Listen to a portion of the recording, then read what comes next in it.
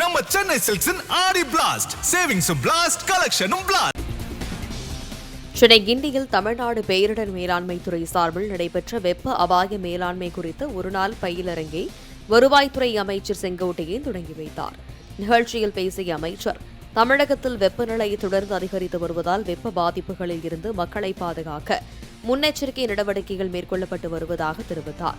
மேலும் வடமேற்கு பருவமழை எப்படி இருக்கும் என யூகிக்க முடியவில்லை எனவும், தென்மேற்கு பருவமழை குறைந்துள்ளதால் குடிப்பதற்கு கூட தண்ணீர் இல்லாத நிலையை காண முடிகிறது என்றார். வேகமாக விரைவாக நாம் செய்ய வேண்டிய நேரம் இருக்கிறது. தென்மேற்கு பருவமழை குறைந்திருக்கிறது.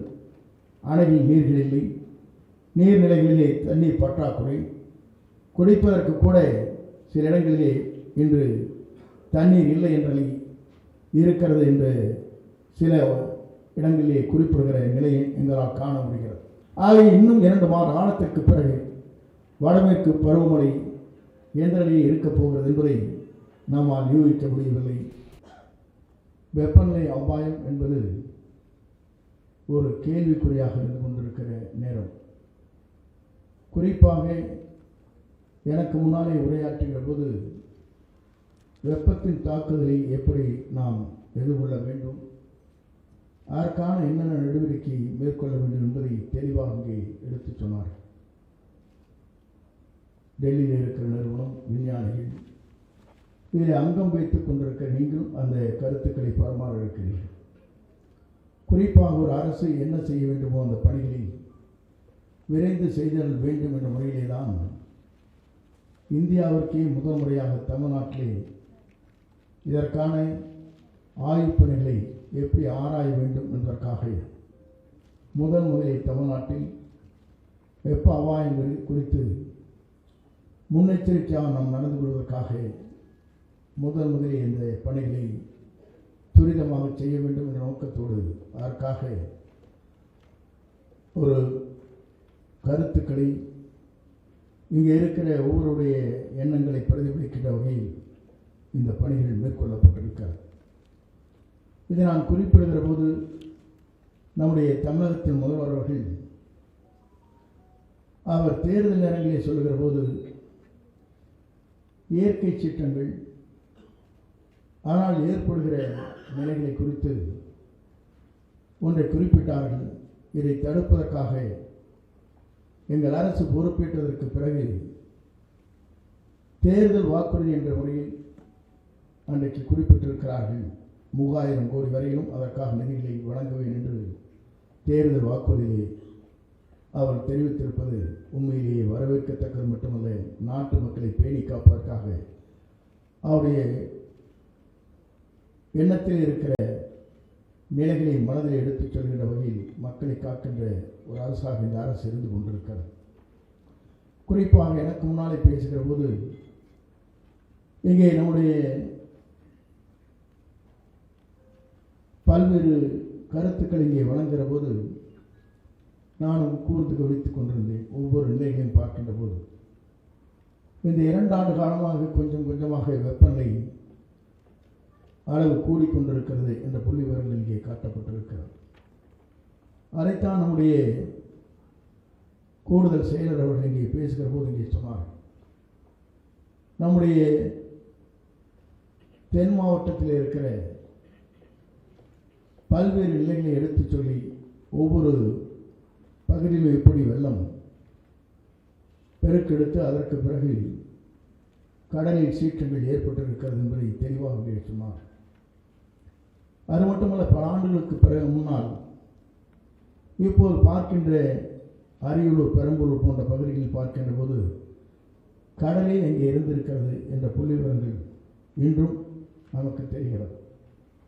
ஆகவே நிலைகள் மாறிக்கொண்டிருப்பதற்கு காரணம் வெப்பநிலை தான் என்பதை உலக நாடுகளே ஏற்றுக்கொண்டிருக்கிறார்.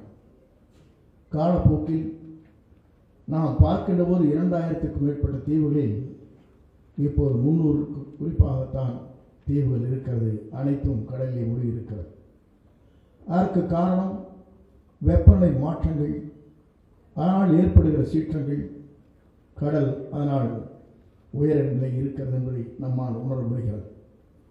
அதே போலதான் நம்முடைய திருவெற்றூர் செல்கிற போது நான் 25-30 ஆண்டு காலத்திற்கு முன்னாலே பார்க்கின்ற போது கடவுளுடைய அளவு எங்கே இருக்கிறதுன்னு சொன்னால், நாம் செல்லுகின்ற பாதையிலிருந்து 2 கிலோமீட்டர் தொலைவிலே கடல் இருந்த நிலையும் பார்த்தோம். இன்றைக்கு கடவுளை அங்கே நாம் செல்லுகின்ற பாதையை அரித்து செல்கிற நிலை இருக்கிற நிலையும் நாம் காண முடியாது. இதையெல்லாம் நான் எதற்காக சொல்கிறேன் சொன்னால், உங்களை போன்றவர்கள் இந்த வெப்பநிலையிலிருந்து வயது முதிர்ந்தவர்களை, அறிவுள்ள குழந்தைகளை, அறிவுள்ள ஊனமுற்றவர்களை, பணிக்கு செல்கிற பணியாளர்களை, இரவு நேரங்களிலே இல்லங்களிலே தூங்கிக் கொண்டிருக்கிற ஏழை எளிய மக்களுடைய வாழ்க்கை தரத்தை நினைத்து இந்த வெப்பநிலை மாற்றத்தால் அவர்களுக்கு என்னென்ன இடர்பாடுகள் வரப்போகிறது, அதை எப்படி தவிர்ப்பது என்பதை ஆராய வேண்டிய நேரத்தில் நாம் இருக்கிறோம். அதைத்தான் இங்கே குறிப்பிடுகிற போது நம்முடைய துறையின் சார்பாக நம்முடைய முதலமைச்சர் அவர்கள் நமக்கு பணித்திருப்பது, ஒவ்வொரு மாவட்ட ஆட்சித்தலைவருக்கும் இதை தற்காலிகமாக உடனடியாக நிவாரணப் பணியை ஆற்றுவதற்கு 50 கோடி ரூபாய் நிதிகளை வழங்கலாம் என்று ஒரு ஆணை பிறப்பித்து அதற்கான நடவடிக்கை மேற்கொள்ளப்பட்டு வருகிறது அனைத்து மாவட்டங்களுக்கும். அதேபோல் நம்முடைய துறையை பொறுத்தவரையும், பேரிடர் மேலாண்மை துறையை பொறுத்தவரையும் புதிய மாற்றத்தை உருவாக்குவதற்கு, எல்லோருக்கும் பயிற்சி அளிப்பதற்கு, உடனடியாக தெரிந்து கொள்வதற்கு நாம் முனைப்பாக என்று அதற்காக 55 கோடி ரூபாய் செலவில் புதிய பொலிவோடு ஒரு கட்டடத்தை கட்டி அதன் மூலமாக எல்லா ஆராய்ச்சியும் அதை செய்வதன் மூலமாக இயற்கை சீற்றங்களை தடுப்பதற்கு, வெப்பநிலையை குறைப்பதற்கு, அதே நேரத்தில் வெப்பத்தின் அபாயத்தில் இருந்து காப்பாற்றுவதற்கு வேண்டிய நடவடிக்கை நாம் துறை எடுத்துக் கொண்டிருக்கிறது என்பதை நான் இந்த நேரத்தில் மகிழ்ச்சியோடு நான் தெரிவித்துக் கொள்கிறேன். ஆகிய ஒவ்வொருவரும் நாம் கூர்ந்து கவனிக்கின்ற போது தமிழ்நாடு இந்தியாவிற்கு ஒரு முன்னோடி மாநிலமாக இன்றைக்கு தெரிந்து கொண்டிருக்கிறது. இங்கே ஆராய்ச்சியாளர் இங்கே சொல்லுகிற போது ஆய்வுப் பணிகள் டெல்லியிலே 70% முடிக்கப்பட்டிருக்கிறது, 50% தமிழ்நாட்டிலே ஆய்வுப் பணிகள் நடைபெற்றுக் கொண்டிருக்கிறது என்று குறிப்பிட்டார். நான் இதெல்லாம் சொல்வதற்கு காரணம், வேகமாக விரைவாக நாம் செய்ய வேண்டிய நேரம் இருக்கிறது. தென்மேற்கு பருவமழை குறைந்திருக்கிறது, அணையில் நீர்கள் இல்லை, நீர்நிலைகளிலே தண்ணீர் பற்றாக்குறை, குடிப்பதற்கு கூட சில இடங்களிலே இன்று தண்ணீர் இல்லை என்ற நிலை இருக்கிறது என்று சில இடங்களிலே குறிப்பிடுகிற நிலையை எங்களால் காண முடிகிறது. ஆகவே இன்னும் 2 மாத காலத்திற்கு பிறகு வடமேற்கு பருவமழை எந்த நிலையில் இருக்கப் போகிறது என்பதை நம்மால் யூகிக்க முடியவில்லை. தென்மேற்கு பருவமழையை பொறுத்தவரையும் கேரளா, தமிழ்நாடு, கர்நாடக மாநிலத்தில் குறைவாக இருக்கிறது என்ற புள்ளிவிவரம் நமக்கு காட்டிக் கொண்டிருக்கிறது. ஆகவே அப்படி காட்டுகிற போது நாம் நீரை பயன்படுத்திக் கொள்ள வேண்டும், நீரை எப்படி சிக்கனப்படுத்திக் கொள்ள வேண்டும் என்பதுதான் நம்முடைய தமிழக முதல்வருடைய கனவாக இருக்கிறது. இதைத்தான் நம்முடைய முன்னாள் முதலமைச்சர் புரட்சித் தலைவர் அம்மா அவர்கள் அப்போது அவர் குறிப்பிடுகிற போது, ஒவ்வொருவரும் கட்டப்படுகிற இல்லங்கள், கட்டப்படுகிற கட்டிடங்கள் அனைத்திலும் மழைநீர் சேகரிக்கப்பட வேண்டும் என்ற ஒரு திட்டத்தை அறிவித்தார். நான் அதை குறிப்பிடுவதற்கு காரணம், நாம் இன்றைக்கு எல்லோ இடங்களில் பார்க்கிறோம், காங்கிரீட் சாலைகள், தார் சாலைகள் நிறைந்து வளர்ந்து கொண்டிருக்கிற ஒரு வீட்டிலே கூட காங்கிரீட் நிலங்கள், எங்கு பார்த்தாலும் தண்ணீர், மழைநீர்கள் அங்கே நிலத்தடி நீருக்கு செல்லாமலை உருவாகி கொண்டிருக்கிறது. எல்லாம் கிராமப்புறங்களில் நாம் பார்க்கிறோம். ஆனால் கிராமப்புறங்களிலே கூட தேங்குகின்ற தண்ணீர் மழையில் ஓடிவிடுகிறதே தவிர அதே இடத்தில் அந்த தண்ணீரை நிலத்தடி நீருக்கு கொண்டு செல்கிற நிலை இல்லை என்பதை நான் அறிவேன்.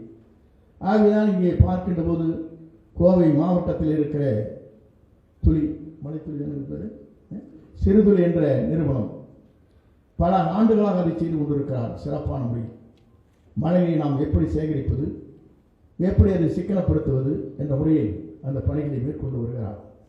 அதைத்தான் நம்முடைய கூடுதல் செயலர் அவர்களும் தலைமைச் செயலர் அவர்களும் இங்கே இருக்கிற நம்முடைய மாநகராட்சியுடைய ஆணையரோடு நாங்கள் பேசுகிற போது ஒன்றை சொன்னோம். அதைத்தான் நம்முடைய முதலமைச்சர் அவர்களுக்கு இப்போது கடிதங்கள் அனுப்பியிருக்கிறார். இங்கே சர்வே என்று சொல்லப்படுகிற 33 இடங்கள் இருக்கிறது, 24 இடங்கள் இருக்கிறது. அதில் 5 இடங்கள் அங்கே நெடுஞ்சாலை துறைக்கு சொந்தமாகவும் 19 இடங்கள் நகராட்சிக்கு சொந்தமாகவும் இருக்கிறது. மழை பெய்கிற போது அந்த சர்ப்பையில் பார்க்கின்ற போது தண்ணீர் நிரம்பிக் கொண்டிருக்கிறது. 2 அடி 3 அடி வருகிற போது போக்குவரத்து நெரிசல் ஏற்படுகிறது என்பதை மனதிலே கொண்டுதான் இப்போது அவருடைய சிந்தனை ஓட்டம் எப்படி இருக்கிறது முதலமைச்சர் என்றால், அங்கே ஏன் ஆழ்குழாய் கிணறுகள் அமைத்து வருகின்ற நீரை ஏன் நிலத்தடி நீருக்கு கொண்டு செல்லக்கூடாது என்ற சிந்தனை ஓட்டத்தின் அடிப்படையிலே நம்முடைய ஆணையர் அவர்களுக்கு கடிதங்கள் எழுதியிருக்கிறார். அவருடைய தொலைநோக்கு சிந்தனைகளை நாம் பார்க்கின்ற போது இன்றைக்கு சப்வேவில் செல்கின்றவர்களுக்கு வருகின்ற மழைநீர் அப்படியே நிலத்தடி நீருக்கு சென்றுவிடும். அப்படி வருகிற ஒரு தங்கு தடை இல்லாமல் போக்குவரத்தை நாம் நடத்த முடியும் என்ற நிலையை, மக்கள் இடையூறு இல்லாமல் சென்றுவிட முடியும் என்ற நிலையை மனதிலே சிந்தித்து அந்த பணிகளை ஆற்றி வருகிறார். நான் எல்லாம் குறிப்பிடுவதற்கு காரணம் உடைய சிந்தனை ஓட்டம் என்பது ஒவ்வொரு இடத்திலும் மழைநீரை நாம் சேகரிக்கப்பட வேண்டும் என்பதுதான் நம்முடைய தொலைநோக்கு சிந்தனை ஒன்று. இரண்டாவதாக, வெப்பத்தை தணிப்பதற்காக மரங்களை நட வேண்டும் என்ற நோக்கத்தோடு அந்த பணிகளை இன்று விரைந்து செய்ய வேண்டும் என்ற நோக்கத்தோடு எல்லா நிறுவனமும் அதை முன்வந்து செய்து கொண்டிருக்கிறார்கள். அரசு அதற்கு ஊக்கத்தையும் ஆக்கத்தையும் தருவதோடு மட்டுமல்ல, 2 கோடி மரங்களை நட வேண்டும் என்ற நோக்கத்தோடு அந்த பணியை நாம் மேற்கொண்டு வருகிறோம். புரட்சித் தலைவர் அம்மா அவர் பொறுப்பிலே இருக்கிற போது ஆண்டுக்கு 2 கோடி மரங்களை நட வேண்டும் என்று கட்டளையிட்டு ஆண்டுதோறும் முதல்முறை துவக்கி வைப்பார். நான் எதற்காக சொல்கிறேன் சொன்னால், இன்றைய முதலமைச்சர் சரித்திரம் படைத்துக் கொண்டிருக்கிற நம்முடைய தமிழக முதலமைச்சர் அவர்களை பொறுத்தவரையிலும் இந்த ஆட்சி ஒரு தூய்மையான ஆட்சி தமிழகத்தில் நடைபெற வேண்டும் என்ற நோக்கத்தோடு தான் சிறந்த ஆட்சி தமிழகத்தில் இன்றைக்கு நிறைவேற்றி வருகிறார். அவருடைய உள்ளத்திலே இருப்பது நாம் பார்க்கின்ற போது அவருடைய பேசுகிற நேரத்தில் நம்முடைய ஆட்சியின் நிலைகளை மற்ற மாநிலங்கள் பின்பற்றப்பட வேண்டும், நம்முடைய தூய்மையான ஆட்சியை பார்த்து மற்ற மாநிலங்கள் வியக்க வேண்டும், நம்முடைய செயல்பாடுகளை பார்த்து நம்முடைய அரசின் செயல்பாடுகள் அனைத்தும் மற்ற மாநிலங்கள் பின்பற்ற வேண்டும், அந்த அளவுக்கு நம்முடைய பணிகள் அமைந்திட வேண்டும் என்ற நோக்கத்தோடு தான் அந்த பணிகளை மேற்கொண்டு வருகிறார். ஆகவே இங்கே வருகின்றிருக்கிற உங்களுடைய அருளாளராக இருக்கிற அனைத்து துறையும் தேர்வு பெற்றவர்கள், அனைத்து துறையிலும் வெற்றி கண்டவர்கள், இங்கே மேடையில் அமர்ந்து கொண்டிருக்கிற விஞ்ஞானிகளைப் போல, மேடையில் அமர்ந்து கொண்டிருக்கிற அலுவலர்கள், அங்கே இருக்கிற உயர் அதிகாரிகளைப் போல நீங்களும் சிந்தித்து உங்கள் செயல்பாடுகள் எப்படி செய்திட வேண்டும் என்ற சிந்தனை ஓட்டத்தை இங்கே இந்த பகிர்ந்து கொள்ள இருக்கிறீர்கள். உங்களுக்கு வாழ்த்துக்களையும் பாராட்டையும் நான் தெரிவித்துக் கொள்கிறேன். ஏன்னு சொன்னால், எல்லோரும் சேர்ந்தால் மட்டும்தான் ஒன்று வெற்றி பெற முடியும், எல்லோரும் சேர்ந்தால் தான் தேரை இழுக்க முடியும், எல்லோருடைய கை ஓசை எழுப்பினால் மட்டும்தான் சத்தம் கிடைக்கும். அப்படிப்பட்ட நிலையிலே மனதில் இருக்கின்ற ஒவ்வொரு எண்ணக்கணவர்களை எப்படி இந்த நாடு காப்பாற்றப்பட வேண்டும், தமிழகம் காப்பாற்றப்பட வேண்டும், வெப்ப அபாயத்தில் இருந்து நாம் எப்படி பணி காக்க வேண்டும் நோக்கத்தோடு நம்முடைய அனைவருடைய கருத்துக்கள் பரிமாறுகிற போது இந்த அரசு அந்த பணிகளை சீரோடும் சிறப்போடும் எழுச்சியோடும் நடத்தி காட்டும் என்பதை நான் இந்த நேரத்திலே மகிழ்ச்சியோடு தெரிவித்து, நல்ல நிகழ்ச்சியை கலந்து கொண்டு இதை வெற்றி காண்பதற்காக, எதிர்கால தமிழகத்தை புதிய தமிழகமாக மாற்றி காட்டுவதற்காக எல்லோரும் எல்லாம் பெற வேண்டும் என்ற நோக்கத்தோடு இங்கே வருகின்றிருக்கிறோம். நம்ம சென்னை சில்க்ஸின் ஆடி பிளாஸ்ட், சேவிங்ஸும் பிளாஸ்ட், கலெக்ஷனும் பிளாஸ்ட்.